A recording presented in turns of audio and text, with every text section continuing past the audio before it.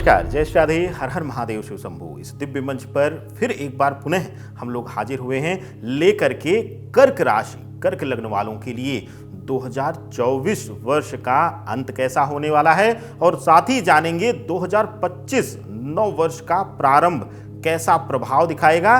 क्यों? क्योंकि दो बड़े ग्रहीय परिवर्तन हो रहे हैं।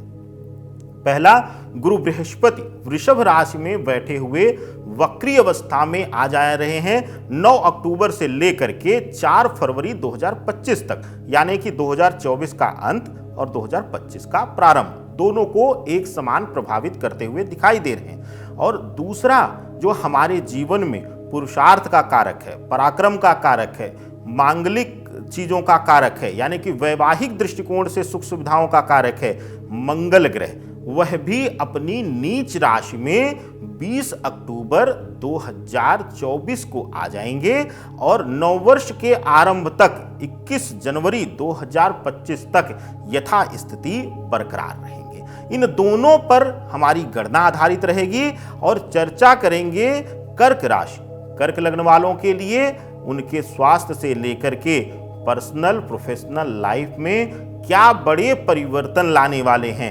नीच का मंगल आपको क्या दंगल करा देगा आपके जीवन में, या फिर गुरु बृहस्पति की वक्री अवस्था आपके जीवन से सुख सुविधाओं को छीन लेगी वापस।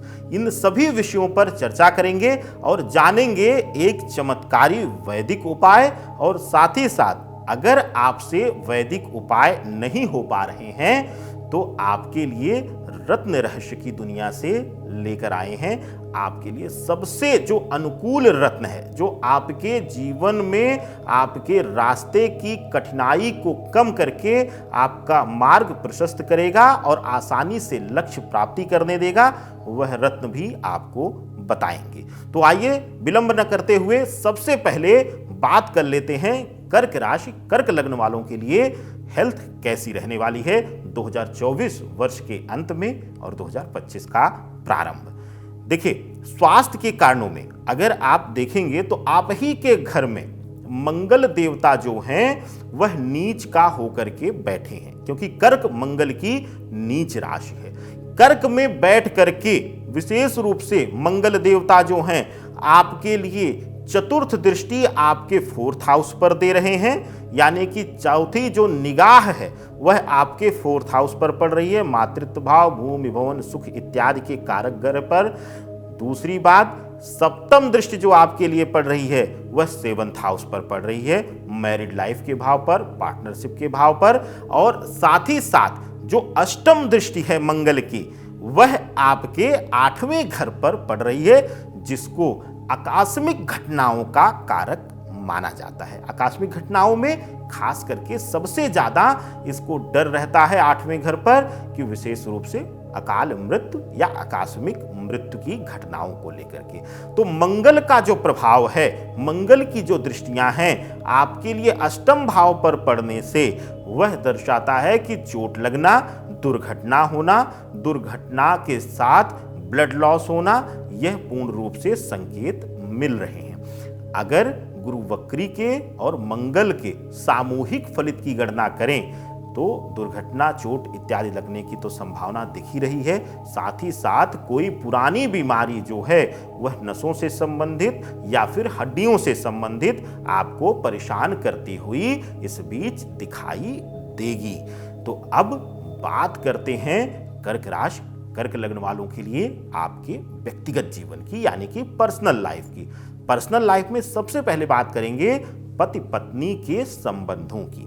कर्क राशि, कर्क लग्न वाले अगर आप हैं तो आपके लिए यह जो कालखंड है, चाहे वह वर्ष 2024 का अंत कह लीजिए या फिर नववर्ष का प्रारंभ, दोनों ही कालखंडों में आपको वैवाहिक स्थितियों में बहुत संभल कर रहना है। मंगल की दृष्टि पड़ रही है 7वें घर पर, नीच के मंगल की दृष्टि है। और साथ ही साथ गुरु बृहस्पति जो हैं गृहस्थ आश्रम में, गृहस्थ जीवन में जो सुख सुविधाओं के कारक हैं वह वक्री अवस्था में शुक्र के घर में, यानी भौतिक सुख सुविधाओं के कारक ग्रह के घर में वक्री अवस्था में बैठे हुए हैं। तो ऐसी कंडीशंस में, ऐसी परिस्थितियों में, ग्रहीय संयोजन में ऐसे आपके लिए वैवाहिक संबंधों में मतविरोध, मतभेद या फिर चारित्रिक रूप से भी भटकाव देते हुए नजर आएंगे। यानी कि आपका दूसरे के प्रति आकर्षण बढ़ेगा और अपने घर में, अपने परिवार में, अपने कुटुंब में किसी तीसरे के हस्तक्षेप की वजह से वैवाहिक संबंधों में समस्याएं उत्पन्न होना शुरू हो जाएंगी। डरने की बात यहां आती है कि मंगल जो है अष्टम दृष्टि दिए हुए हैं 8वें भाव पर, तो ऐसी अवस्था में आपके लिए अचानक से रिश्तों में कलह इत्यादि उत्पन्न होने से कानूनी रूप भी वह समस्याएं लेती हुई दिखाई दे रही हैं। यानी कि अगर वैवाहिक दृष्टिकोण से कुछ उतार चढ़ाव चल रहा था, पति पत्नी में वाद विवाद होता है, तो वहां पर कानूनी अड़चन भी जन्म लेती हुई दिख रही है। अब आपके प्रेम संबंधों की बात, प्रेम संबंधों की अगर बात किया जाए तो प्रेम संबंधों में यह समय सबसे उचित दिख रहा है आपके लिए, कर्क राशि कर्क लग्न वालों के लिए। उसका कारण है कि गुरु बृहस्पति की वक्री अवस्था और गुरु बृहस्पति की जो पंचम दृष्टि और सप्तम दृष्टि और साथ ही साथ नवम दृष्टि जो दर्शाती है, वह आपके प्रेम संबंधों में पूर्णता को लेकर दर्शाती है। अगर आप बहुत लंबे समय से किसी के साथ संबंधों में हैं और लगातार प्रयास आपका चल रहा था कि आपके संबंधों को आपके लोग जो हैं वह मान्यता दें और वैवाहिक बंधन में आप बंधें, तो अब आपके रिश्ते को अपनों की मंजूरी मिल जाएगी। इस 2024 वर्ष के अंत में आपके घर मांगलिक आयोजन से संबंधित कोई एक साथ लोगों का जमावड़ा हो सकता है और उससे संबंधित निर्णय लिया जा सकता है। बात अब आपके आर्थिक दृष्टिकोण से, यानी कि नौकरी पेशा या फिर रोजगार व्यवसाय के लिए। सबसे पहले बात होगी आपके नौकरी पेशा लाइफ के लिए।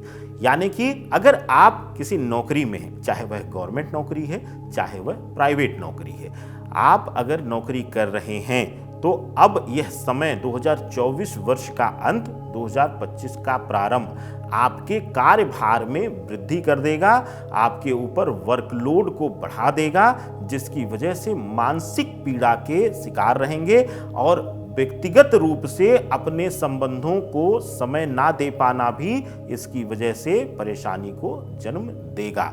और साथ ही साथ अगर आप गवर्नमेंट नौकरी में हैं तो किसी वरिष्ठ का आपके खिलाफ आना या आपके अगेंस्ट उसका षड्यंत्र करना और साथ ही साथ सहयोगियों के द्वारा भी आपको सहयोग पूर्ण रूप से ना मिलना और उन लोगों का आपके विरोध में जाकर के रहना और आपके काम पर बेवजह आपके वरिष्ठों के द्वारा, आपके सहयोगियों के द्वारा उंगली उठाना, यानी कि अच्छा करते हुए भी लोगों का बुरा कहना, यह सब आपको देखने को मिलेगा इस कालखंड में।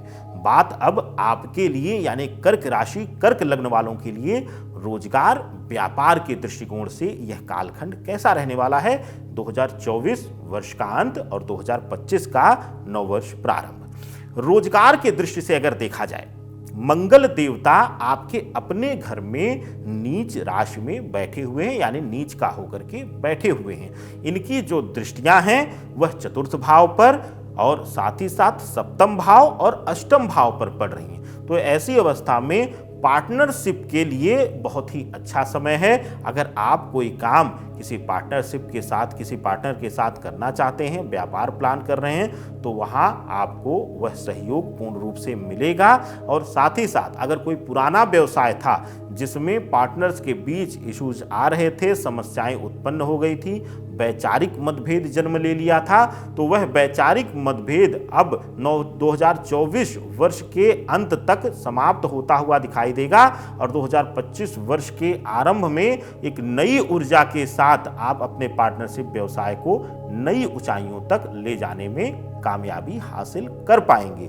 अगर आप निर्माण कार्य से संबंधित कोई कार्य कर रहे हैं या फिर विशेष रूप से अगर आपका केमिकल या फिर मेडिसिन्स का कार्य है, तो आपको वहां पर थोड़ा सा सावधानी बरतना रहेगा। वहां पर बेवजह बहुत ज़्यादा अपने व्यापार का विस्तार नहीं करिएगा और बेवजह किसी के कहने पर किसी नई दिशा में, किसी नए व्यापार की तरफ, जहां पर कि केमिकल इन्वॉल्व हो या फिर मेडिसिन इन्वॉल्व हो या निर्माण कार्य हो, वहां पर नया पैसा मत फंसाइएगा। यानी कि नए कार्य में अभी आपको उलझने का समय नहीं है।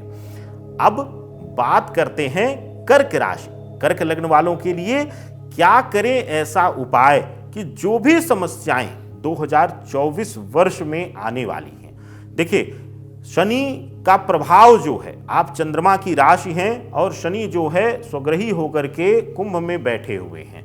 और चंद्रमा के लिए प्रभाव, क्योंकि देखिए सारे ग्रह तो बैठे रहेंगे लेकिन चंद्रमा हर दिन गोचर करते हुए रहते हैं, तो कहीं ना कहीं दृष्टिगत संबंध होगा शनि से, या फिर शनि की दृष्टि चंद्रमा पर पड़ेगी ही पड़ेगी। तो ऐसी अवस्था में कर्क राशि, कर्क लग्न वालों के लिए मानसिक रूप से पीड़ा बहुत जल्दी मिल जाती है। ऐसी अवस्था में चाहे वह पर्सनल लाइफ में हो चाहे प्रोफेशनल लाइफ में हो, क्या करना चाहिए आपको बताएंगे एक वैदिक उपाय। और साथ ही साथ अगर वैदिक उपाय में आपको समस्या आती है तो एक विकल्प के रूप में रत्न रहस्य की दुनिया से शोध के माध्यम से लेकर आए कि कौन सा रत्न आपको अमृत समतुल्य वरदान देगा। सबसे पहले बात करते हैं वैदिक उपाय की।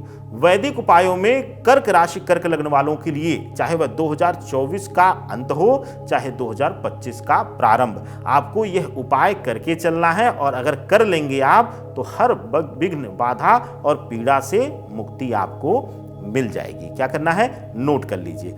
किसी भी सोमवार के दिन आप विशेष रूप से अपने पास 3 चीजों को रख लीजिएगा। रखने के लिए मैं इसलिए कह रहा हूं कि यह क्रिया संध्या वेला में करना है। तो सुबह ऑफिस के लिए निकल रहे हैं, व्यापार स्थल पर जा रहे हैं, कहीं भी जाते हुए सुबह ही ये ख्याल कर लीजिए क्या क्या करना है। मिश्री ले लेना है, कुछ दाने उसके, गिनना नहीं, एक मुट्ठी ले लीजिए या जो भी आपकी यथा संख्या आप ले सकें, यथा मात्रा। और इलायची के दाने, 21 दाने इलायची लेना है, यानी साबुत इलायची जो छोटी वाली है उसको 21 इलायची आप ले लीजिएगा। और एक लाल कपड़ा, पोटली बना लीजिएगा उसी में। अगर आपके आसपास कोई बहती हुई नदी हो या स्वच्छ जो है वह नहर हो तो आपको यह प्रयोग वहां पर करना है। नहीं तो विषम परिस्थितियों में इसको पीपल या बट वृक्ष यानी बरगद के वृक्ष के नीचे भी आप यह प्रयोग कर सकते हैं। करना क्या है, आप इस पोटली में इलायची और मिश्री डाल करके अब पोटली को 7 गांठ देना है। 7 गांठ देते हुए आप एक बीज मंत्र का प्रयोग करेंगे। उस बीज मंत्र को आप ध्यान से सुनिए और लिख करके रख लीजिए या वीडियो आप सेव करके रख लीजिएगा। क्या करना है आपको, मंत्र ओम ह्रीम। ह्रीम जो है वह मां दुर्गा के बीज मंत्रों में इसकी गणना होती है और भैरवी स्वरूप मां दुर्गा के बीज मंत्र का यह है जिक्र। और इसको आप हर गांठ पर एक बार जाप करिएगा और एक गांठ आप लगाइएगा। 7 गांठ 7 बार जाप करके और इसको संध्या बेला में आप कहीं अगर बहता हुआ जल है तो उसमें अपने दाहिने हाथ से प्रवाहित कर दीजिए, स्वतः ही खुद ही करिएगा यह। और या फिर अगर बहता हुआ जल नहीं है तो आप पीपल या बरगद के वृक्ष के नीचे कहीं इसको मिट्टी में दबा दीजिए। यह क्रिया करके आपको अपने घर आकर के हाथ पैर धुल करके कोशिश करिए कि स्नान कर लीजिए तो ज़्यादा बेहतर है। यह क्रिया आपको खास करके 5 सोमवार जरूर करना है।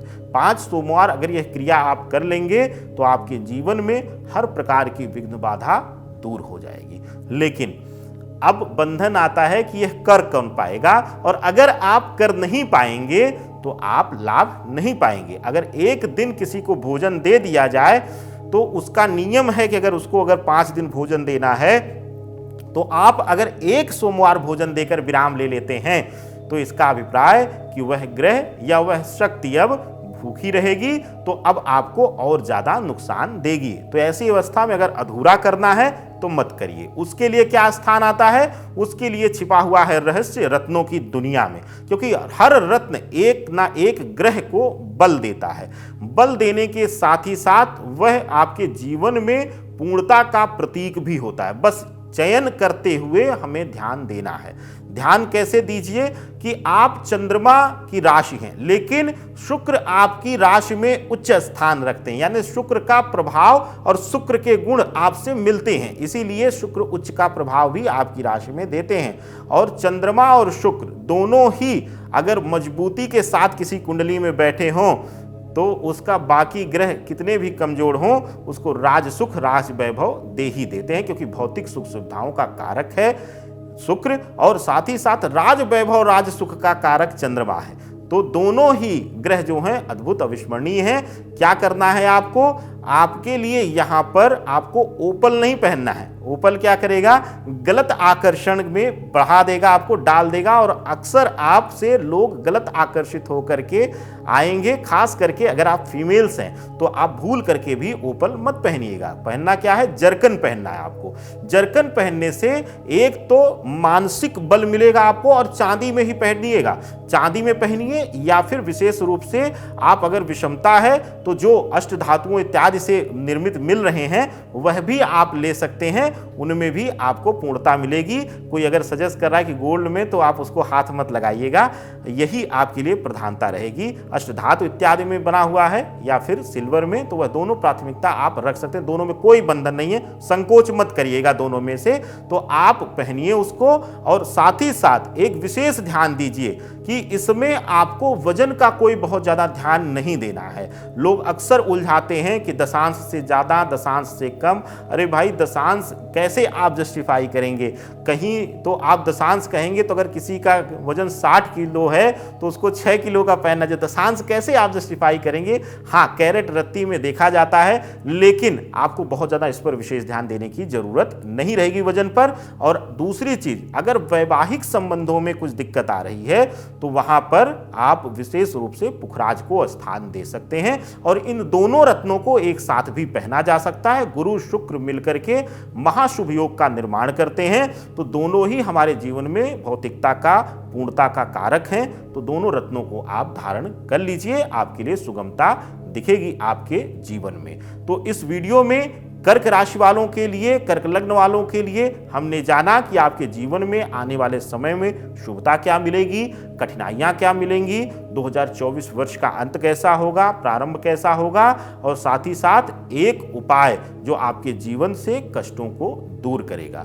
तो इस वीडियो में बस इतना ही। आगे अन्य राशियों की वीडियो देखना ना भूलिए। चैनल को ज्यादा से ज्यादा सब्सक्राइब कीजिए, वीडियो को खूब सारा शेयर कीजिए और ढेर सारा प्यार अपने इस आचार्य राकेश चतुर्वेदी को दीजिए। सादर वंदन। हर हर महादेव, शिव शंभो।